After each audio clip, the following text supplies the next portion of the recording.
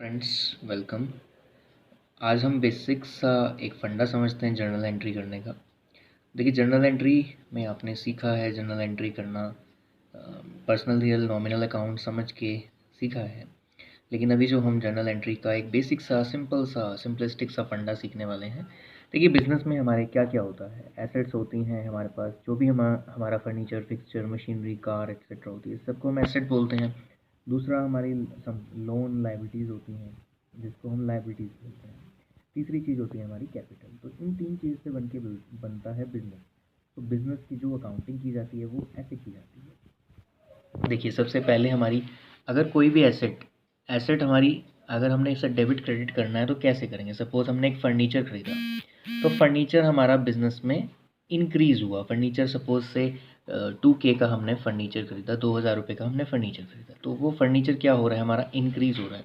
तो जब भी कोई एसेट इंक्रीज़ होगी तो उसको हम क्या करेंगे, डेबिट कर देंगे। ऐसे ही रिस्पेक्टिव हमारे यहाँ से बिजनेस से कुछ डिक्रीज़ भी होगा, है ना। जब भी अकाउंटिंग करते हैं तो हम डबल एंट्री कंसेप्ट फॉलो करते हैं, डबल एंट्री सिस्टम फॉलो करते हैं। यानी कि एक जब भी ट्रांजेक्शन होगी तो एक अकाउंट तो डेबिट होगा, दूसरा अकाउंट क्रेडिट होगा। तो रिस्पेक्टिव जब आप 2000 रुपये की एसेट खरीदेंगे तो रिस्पेक्टिवली इसके 2000 रुपये हमारा कैश क्या होगा, डिक्रीज़ होगा। तो रिस्पेक्टिव अकाउंट क्रेडिट हो जाएगा। बेसिकली हम कोई एसेट जब हमारी एसेट बिजनेस में इंक्रीज़ हो रही है तो हम उसको क्या करेंगे, डेबिट करेंगे।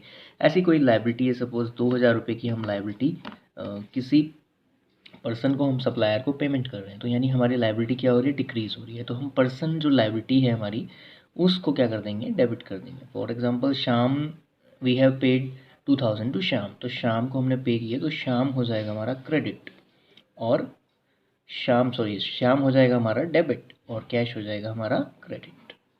सो ऐसे ही तीसरी चीज़ है एक्सपेंसेस। जब भी कोई हम एक्सपेंसेस करते हैं, for example we have paid the salary 10,000 to employee, 10,000 हमने एम्प्लॉई की सैलरी पे करी है, तो ये हमारा क्या है, बिजनेस के लिए, अकाउंटिंग के लिए एक्सपेंसेस है। जब भी हम कोई एक्सपेंसेस करते हैं तो एक्सपेंसेस हमारा इंक्रीज़ होता है, तो हम उसको क्या कर देते हैं, डेबिट कर देते हैं। सैलरीज अकाउंट डेबिट, और बदले में क्या जाएगा हमारा, डिक्रीज़ क्या होगा, कैश। तो कैश जब हमारी एसेट है तो डिक्रीज़ होगी, तो हम उसको क्या कर देंगे, क्रेडिट कर देंगे। ऐसे तीसरा है इनकम। अब और चीज़ है हमारी इनकम। जब भी इनकम कोई हमारी इंक्रीज़ होती है तो हम उसको क्या करते हैं, क्रेडिट करते हैं। For example, commission received, commission account debit, और suppose cash account debit to commission account, that is commission account will be credited. So एक बार से सम कर लेते हैं। जब भी कोई एसेट इंक्रीज़ हो रही है, यानी बिजनेस में आ रही है, तो हम उसको क्या करते हैं, डेबिट करते हैं। कोई एसेट बिजनेस से डिक्रीज़ हो रही है तो उसको हम क्रेडिट करते हैं। लाइबिलिटी कोई इंक्रीज़ हो रही है तो हम उसको क्या करते हैं, क्रेडिट करते हैं, और डिक्रीज़ हो रही है तो हम उसको क्या करते हैं, डेबिट करते हैं। एक्सपेंसेस कोई हमारे इंक्रीज़ हो रहे हैं तो हम उसको डेबिट करते हैं। डिक्रीज़ एक्सपेंसेस जनरली नहीं होते, अगर डिक्रीज़ हो रहे हैं तो हम उसको क्रेडिट कर देते हैं। इनकम कोई हमारी जनरली इंक्रीज़ ही होती है तो हम उसको सिंपली क्रेडिट करते हैं। सो साथ में जब भी डबल एंट्री कंसेप्ट फॉलो करके हम अकाउंटिंग करते हैं, तो यानी कि जब भी हम कोई ट्रांजेक्शन करेंगे तो उसमें दो अकाउंट अफेक्ट होंगे। हो सकता है वो एसेट और एसेट से रिलेटेड अकाउंट हो। जैसे हमने फर्नीचर परचेज़ किया तो फर्नीचर तो इंक्रीज़ हो गया हमारे बिजनेस में, एक एसेट इंक्रीज़ हो गई जिसको हमने डेबिट कर दिया, दूसरी एसेट हमारी क्या हो गई, डिक्रीज़ हो गई, यानी कि हमारा कैश डिक्रीज़ हो गया तो हमने उसको क्रेडिट कर दिया।